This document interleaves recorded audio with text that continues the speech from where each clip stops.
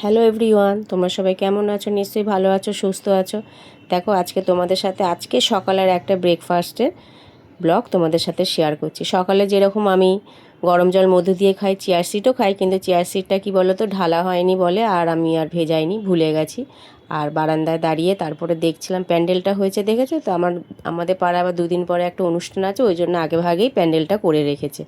আর আমি আজকে সকালে আমাদের ব্রেকফাস্টে করেছি আলু ভাজা আর রুটি। সেই জন্য কি বলো তো, আমি ছুরি দিয়েও যেরকম কাটি, বটি দিয়েও সেরকম কাটি। ওই জন্য আলুগুলো কেটে নিয়ে পেঁয়াজ মিশিয়ে নিয়ে ভেজে নেব, তারপরে ওদিকে আটাটাও মেখে রুটিটা করব। হ্যাঁ, তোমাদের সাথে আজকে একটা কথা শেয়ার করি। আচ্ছা বলো তো, তোমাদের মন খারাপ হলে তোমরা কি করো? কি করে নিজেদের হ্যান্ডেল করো বলো তো? আমার জানো তো,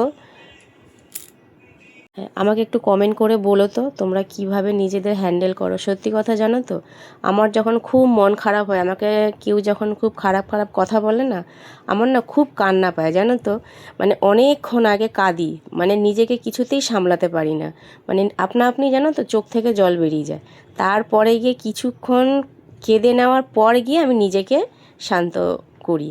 মানে এইটা হচ্ছে আমার দিক থেকে আমি নিজেকে আর কি সামলাই। তা তোমরা কিভাবে নিজেদের সামলাও একটু কমেন্ট করে জানিও তো প্লিজ। তাহলে ভাববো যে হ্যাঁ, তোমার আর আমার সমস্যার সব কিছু সমাধান একই রকমের হয়। তা যাই হোক, আমরা সবাই মিলে ব্রেকফাস্টটা করে নিলাম। করে নেওয়ার পরে আমার যা তো প্রেশারের ওষুধটা খেতে হয়, ওইটাও খেলাম।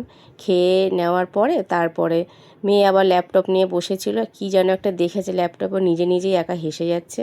তা তারপরে হচ্ছে ছেলে ওপরে চলে গেছিলো। ও ওপরে গিয়ে ওর যেরকম ডেলি পড়া সেরকমই করছে। তারপর আমি আর মা একটু চা খেয়ে নিলাম। তাহলে তোমরা ভালো থেকো, সুস্থ থেকো। তাহলে এখনকার মতো টাটা।